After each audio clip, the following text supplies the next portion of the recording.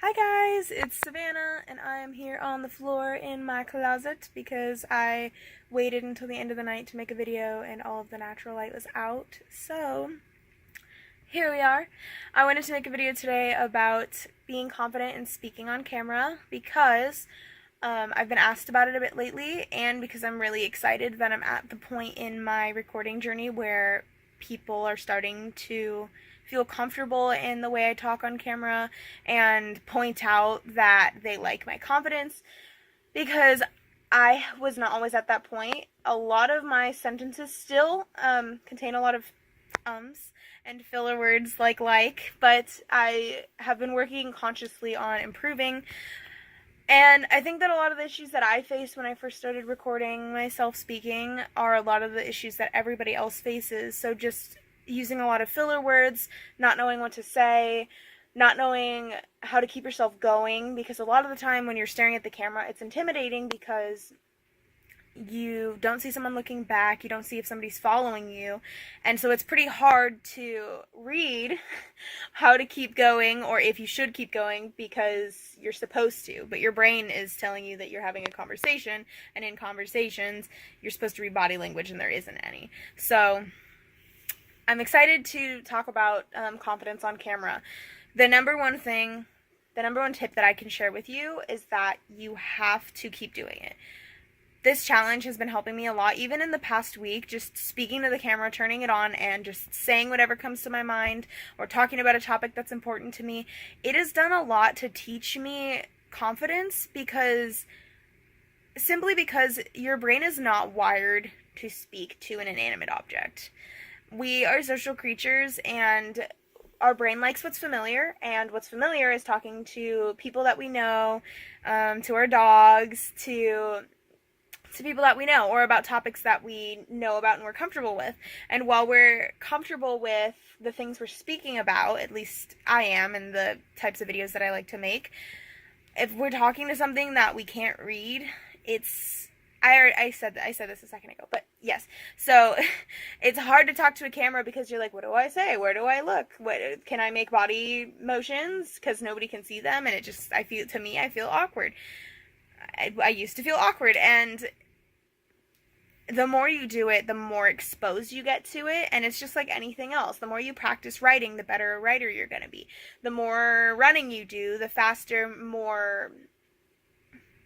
you'll be, the more stamina you'll have. And it's the same thing with talking on camera. I used to run out of steam within 30 seconds, and I've made this challenge to push me to not edit my videos and to continue to keep to get myself to keep talking even when I feel that awkwardness coming on. I feel that pause raising in my mind and I don't know what to say next. And part of it is being comfortable with not saying something that sounds crystal clear polished, because we're not robots. We're humans. We're not robots. See, we're not going to say the perfect. I make a video on being confident talking in front of the camera, and I just mentally am imploding right now. We were not made to be perfect, and I think that a lot of people are intimidated by speaking in public because the whole idea of it is so inhuman. It's so it's almost like, if you think, this is a dramatic example, but if you think of in religion, you put somebody on a pedestal and you look up to them, whether it's a pastor, or if it's a god, or if it's a deity, or if it's a set of principles, that's what it's like standing on a stage. That's what it feels like. So while people are looking up to you, and they are there are critics, and they're not just praising you, we think that we have to maintain a specific image, and we have to say specific kinds of things in a specific order in order to please everybody. The second thing is that you have to be okay with not being able to get through to everyone. And that's the hardest part, because we don't like letting people down. We want people to be happy. We want people to agree with us. But for one, it's a good thing to it's a good thing to be given constructive criticism because you can grow from it, you can learn from it, you can apply it to your life and use it to improve. It's something that you really care about. Also, people have different opinions. That's just how it is. There are people of different religions, there are people of different political backgrounds, there are people of different races, cultures, so you can't go into a speech or a presentation expecting that everyone in the room, especially if it's like full of thousands of people, is going to be completely pleased with you. Even for the people who are super famous celebrities that go on stage and they sing in front of tons of people, while everyone there might be a fan or at least moderately interested in the artist, maybe they just didn't like the style of the performance. Maybe they just didn't like the outfits that they wore or the types of dances that they did on stage, or they don't like the way they changed a certain song when they sing it live. There are so many different aspects that there's so many different perspectives that people are going to have when they go in to watch you on video or watch you on stage.